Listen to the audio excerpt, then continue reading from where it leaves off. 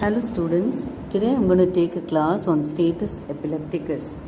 So what is status epilepticus? We are going to see about the definition, epidemiology, etiology, the immediate assessment of it, how to treat immediately, the laboratory studies done for it, stabilization, how to stabilize a child, monitoring aspects, the pharmacological agents that are used for this condition, and the prognosis. So the definition goes on like this. What is status epilepticus? You can see this very commonly in children, especially because the hypothalamus is not well developed, especially in children less than 5 years. So what is the definition? A seizure lasting for more than 5 minutes or recurrent seizures for more than 5 minutes during which the patient does not regain consciousness is called status epilepticus. Normally, any seizure, it occurs for few seconds to minutes, and then the child goes into a phase of drowsiness or a post-ictal phase. After that, the child gains consciousness. But in this stage, where the seizure occurs for more than 5 minutes and the patient or the child does not regain consciousness, you term it as status epilepticus. The epidemiology, it is more common in children, as I told you, among the children less than 5 years of age.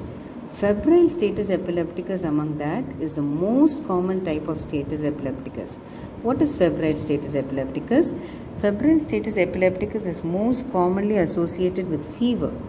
So any child with fever more than 100 or 101, and when there is any family history of it, so of seizures in the family, they can be a risk for the children. Therefore, they present with seizure after every fever episode. That's termed as febrile status epilepticus. Now, status epilepticus carries approximately 14% risk of new neurological deficits. And among this, most of this, that is 12.5%, is secondary to the underlying pathology. That is, it could be related to some associated pathologies, such as we'll be reading what are the pathology and etiology for status epilepticus. Basically, broadly, you can classify status epilepticus into 3 types. One is convulsive status epilepticus, non-convulsive status epilepticus, and refractive status epilepticus. Now, what is convulsive status epilepticus? Convulsive, as the word says, you can find convulsions or nothing but jerky movements along with this. So, where convulsions can continuous convulsions or seizures can lead to long-term injury in children. Convulsions may involve jerking motions, grunting sounds, like that, or drooling or rapid eye movements in the child. I will show you a video in the next slide of how a convulsive status epilepticus would resemble. Then the non-convulsive status epilepticus, where the child will not show any signs and symptoms of jerky movements, but they will look dazed or appear confused, and they may not be able to speak, and they will be behaving very strange. You will find this child suddenly becoming apneic, that means stop breathing, or sometimes just an alteration in the vital signs. Suddenly the child can have a bradycardia, that is decreased heart rate, or a tachycardia, or there can be sudden fluctuation in the way the child breathes. All this you can see in a non-convulsive status epilepticus. Refractory is nothing but where, in spite of a lot of anticonvulsants are drugs used to treat seizures, in spite of the first line and second line, all anticonvulsant drugs, the child does not respond to the baseline drugs, and continues to have seizures even more than 30 minutes. You call it as a refractory status epilepticus. Now, as you can see in this video,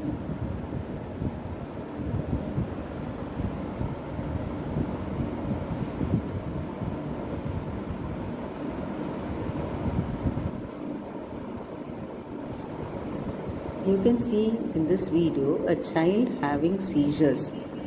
Can you note the twitching and the jerky movements that the child has? You can carefully watch over the mouth, the movements over the mouth. You can see the movements of the hands, jerky movements of both the hands and the legs. And as you can see how over the mouth child has lip smacking movements. So this is continuous, lasting for more than 5 minutes, and the child is not regaining consciousness. So this is called convulsive status epilepticus.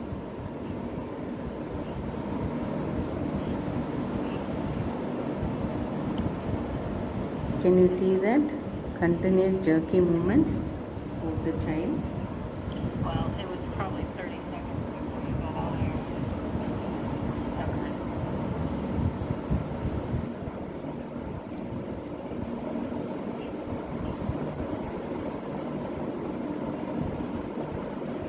See, you can find that this child is still having jerky movements.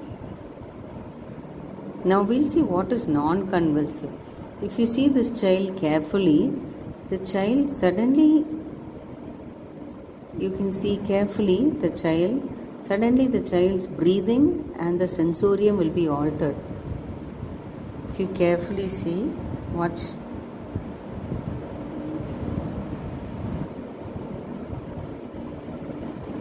Can you see that? Suddenly child has some loss of consciousness or suddenly goes into a state. This is called non-convulsive. You will not be able to see a child actively having jerky movements, but will resemble very normal, but can have sudden drop in saturation or sudden drop in the heart rate or sudden fluctuation in the way the child breathes. That is called non-convulsive. Why do we have to treat this problem immediately? Because remember, if the seizure is prolonged, the child can have hypoxia, that is decreased oxygen supply to the brain tissue, which causes cerebral damage, which can be permanent, leading to poor outcome, neurological outcome later in the child. Some of the causes of seizures or status epilepticus: one, it could be idiopathic or causes unknown. Mostly it can be because of acute CNS defects, disorders like meningitis, infections like meningitis, encephalitis. Meningitis is inflammation and infection in the meninges, the membranes covering the brain parenchyma. Head injury, any injury or any fall following that, they can have seizures. Sepsis, any infection in the blood. Metabolic encephalopathy, sometimes toxins being accumulated in the blood, toxin exposure, sometimes toxin exposure like any poisoning. Hypoglycemia in small babies especially, they can have seizures. Surgery, any surgery, previous surgery or any neurosurgery, any of that can cause seizures. Tumors, that can also obstruct the blood flow, causing seizures. Degenerative disorders like stroke or a cerebrovascular accident. Poor adherence to medication. Sometimes when the child who's with seizures stops taking medication, or these all can lead to seizures, or has taken even an excess dose of drug, can lead to seizure. The diagnostic evaluation: first we need to do a history, physical examination. History, we need to ask whether there is any family history of seizure. Physical examination, we need to look into certain things, like we look at the GCS, the Glasgow Coma Score, to assess the level of consciousness. Look at the child, whether the child has any abnormal movements, and then the complete blood count we need to check to rule out for any infection. Blood glucose to rule out hypoglycemia. Even serum electrolytes, because in very small children, even hypocalcemia or less calcium, or hypomagnesemia, magnesium being less, or hyponatremia, so sodium being less, can lead to seizures. Blood urea nitrogen and calcium, as I already told, can be checked. Lumbar puncture can be done to rule out any infection in the brain. That is nothing but they insert a needle into the L3 lumbar space, L3, L4 space, and they collect the CSF and send to rule out for any infection in the cerebrospinal fluid. CT scan, MRI, and EEG to rule out the cause for seizure. Therapeutic goals are to control the seizure. When you identify seizure, immediately you have to control, discover and correct the cause, and help the child to have a normal life. This seizure, status epilepticus, is a medical emergency which has to be treated immediately so that the child's outcome or the neurological outcome can be improved. Initially, when the child presents with seizure, attend to A, B, C. A for airway, B for breathing, C for circulation. Airway, put the child in lateral position to avoid the tongue falling back and also to avoid aspiration of the stomach content in the trachea. Next one, make further adjustments of the head and neck. See that you place the head and neck straight, immobilize the cervical spine. If there is a head injury or a trauma suspected, see that you immobilize the cervical spine. If you find that the child has an altered sensorium with a GCS of less than 8, then you can, or if you find that the tongue is falling back, you can put an oral pharyngeal airway to prevent the tongue from falling back. You can suction gently if there is a lot of secretions, and you can put an NG tube if the child is sensorium is less, the child is looking, the breathing is not good. Immediately put an NG tube to decompress the stomach and put the child on nil per oral. Do not give anything by mouth. Assist in ventilation. If you find GCS less than 8, to protect the brain, you can immediately intubate the child. Breathing, you have to assess the breathing, whether the breathing is symmetrical, whether the air entry is good. Look for the SpO2, monitor the saturation. It should be 100%. If you find it is less, start the child on a non-rebreather mask. And circulation, we need to look for the pulse, the blood pressure and their perfusion, the capillary perfusion time. It should be normally less than 2 seconds. And establish IV, start an IV line and give isotonic fluid such as normal saline as maintenance fluid. If suppose you find hypoglycemia in a child that is less than 45 gram per deciliter, start them on 10% dextrose. You can give 5 ml per kg. So as you can see, this is how we usually give for children. If it is 10% dextrose, 4 to 5 ml per kg. If it's 25% dextrose, 2 ml per kg. Or if it is 50% dextrose, we can give 1 ml per kg. So to start with the stabilization phase, initially when the child has seizures, the immediate drug that need to be started are, you have to start the child on a benzodiazepine. Benzodiazepine, as I've already told, immediately you need to open the airway, put the child on a lateral position, suction, and immediately start on oxygen, monitor the child and look for the seizure, how long is it lasting. And then you start them on seizure drugs such as benzodiazepines. As you can see, benzodiazepines are short-acting drugs. You have lorazepam, diazepam, midazolam. And suppose if you don't get an IV line, immediately you can give diazepam as rectal diazepam. Rectal diazepam is you're giving the drug diazepam as a rectal suppository, or you can insert a syringe and you can take the solution and insert 0.5 mg per kg as solution into the rectum. And then you can give midazolam as IV. Midazolam you can give 0.1 to 0.2 mg per kg, maximum of 10 mg. And then lorazepam also 0.1 mg per kg. Remember all these diazepams, the maximum dose is 0.1 to 0.2 mg. It will be easy for you to remember. Now if suppose you don't get an IV line, immediately what will you do? You have to start an intraosseous line. Intraosseous line is where you are starting a line directly into the bone marrow.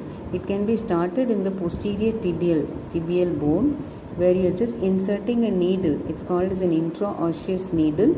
You need to insert it. It's very simple, just like an IV line, and it's very easy to start. Start it and then you can give all drugs through it. So these are the drugs, as I already told you. Midazolam, it can be given as IV, IM or intranasal. We usually give as IV. It can cause hypotension, therefore connect to monitor, check the respiratory rate and the BP, because it can cause respiratory depression also. Lorazepam also 0.1 mg per kg per dose. When you give lorazepam, see that you push the drug slowly over 2 minutes. It has to be given as bolus. Only thing you need to be carefully looking at the creatinine levels. Diazepam 0.2 mg per kg per dose. When you give this, see that you give it slowly because it can cause arrhythmias. Connect to the monitor and slowly administer. Now after this, if the seizure still does not reduce, immediately you can start the child on other drugs like phenytoin. Phenytoin is 20 mg per kg dose, and phenobarbital, which is also 20 mg per kg. Phenobarbital is the best drug used to give for newborns. So it's a very effective drug used in newborns. It has to be given with 30 ml of normal saline. It is given as infusion over 20 to 30 minutes. When you give phenobarbital, you need to check whether the IV line is patent because it can cause severe pain and extravasation. After 30 minutes, the other drugs that you can give are, suppose the seizure doesn't reduce, after 15 minutes you can give valproic acid and levetiracetam. They are 20 to 40 mg or 20 to 60 mg levetiracetam. Remember these are all long-acting benzodiazepines which are 20 mg per kg loading dose. The short-acting are 0.1 to 0.2 mg per kg, and the long-acting, easy to remember, is 20 mg per kg. Next one, as I already told you, when you give phenytoin, you need to carefully give because it can cause arrhythmias.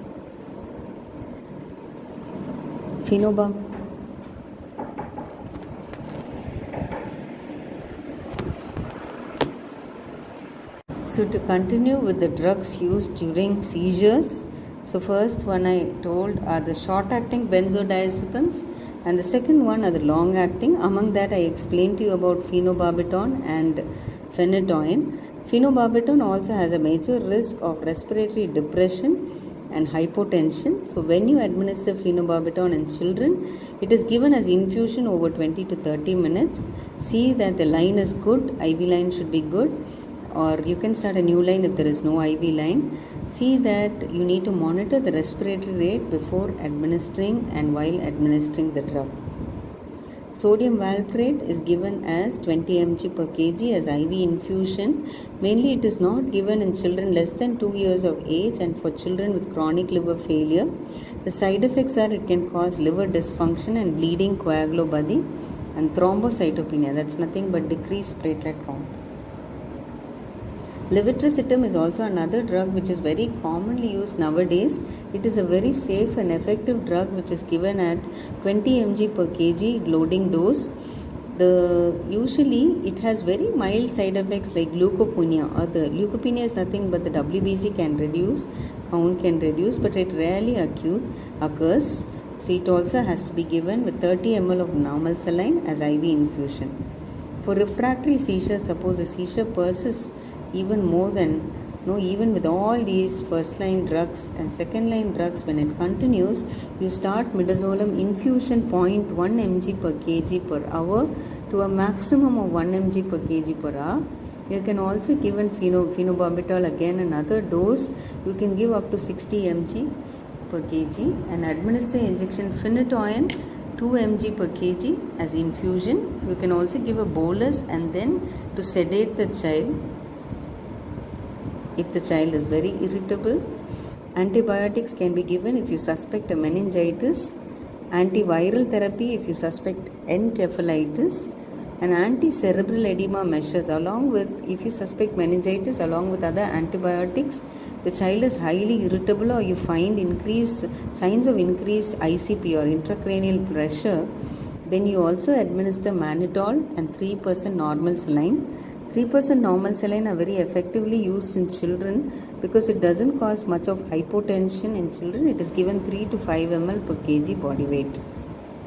Whereas mannitol can cause hypotension drastically in children. The nursing care are mainly we need to observe the type of convulsions, administer oxygen immediately, see that you protect the child from injury, apply any tongue depressor so that the child, or you can apply an oropharyngeal airway if the child is unconscious or has an altered sensorium less than 8 GCS. In that case, you can put a oropharyngeal airway, put the child in a lateral position, see that the child is protected and safe, Do not restrain the child while having seizure. Those days they used to restrain and give a keychain and all that. Those are all not allowed. Keep sharps away from the child and loosen the child's clothing and observe how long is the seizure and what are the body parts involved in seizure. Look at the main movements. Look at some children, small children, they can have just eye movements, uprolling of eye, they can have lip smacking. So look for some children can just have focal seizures with only one limb moving. So these are things that we need to look forward. The other things are provide emotional support for the parent, because the parent can undergo a lot of stress, so we need to give them more emotional support. The main neuroprotective measures for children with seizure are: one is head and elevation, head in neutral position. I'll be explaining each one in detail. Head in neutral position, temperature control, hemodynamic management, fluid management, seizure control, adequate sedation, and osmotherapy. Now we'll see one by one. Head in midline and head in elevation is nothing but you elevate the head to 30 degree and keep the head in neutral position, not turning them to the sides, so that if you turn them to the sides, what can happen is the intracranial pressure can build within more in the cranial cavity and the symptoms can worsen. Mainly it's because of the compression of the jugular veins. So as you can see, these are the jugular veins. If the child bends the side or if the patient bends the neck or flexes the neck, this can get obstructed. Therefore, the draining of the CSF does not occur. So to promote venous drainage, we put the patient on a midline or a head end elevated position with the neck in a midline position. Adequate sedation is very important. Therefore, for children who are very irritable, you can give ketamine 2 mg per kg, or if they have some pain or discomfort, you can give them some medicine like midazolam just to make them and calm them, to put them in a sedation. Coughing should be avoided because that can again increase the intracranial pressure. Cluster nursing, in case you are taking care of these children or adult patient, see that you complete care for these patients together and do not disturb them, because excessive stimulation can also again increase the intracranial pressure. Temperature control, we need to see that the body temperature is maintained between 35.5 to 37, because the nerve cells or the neurons, they survive only in these temperature. When it goes very high, they can die. So fever is very harmful for neuro children. So control with paracetamol immediately and give them tepid sponging and cooling blankets.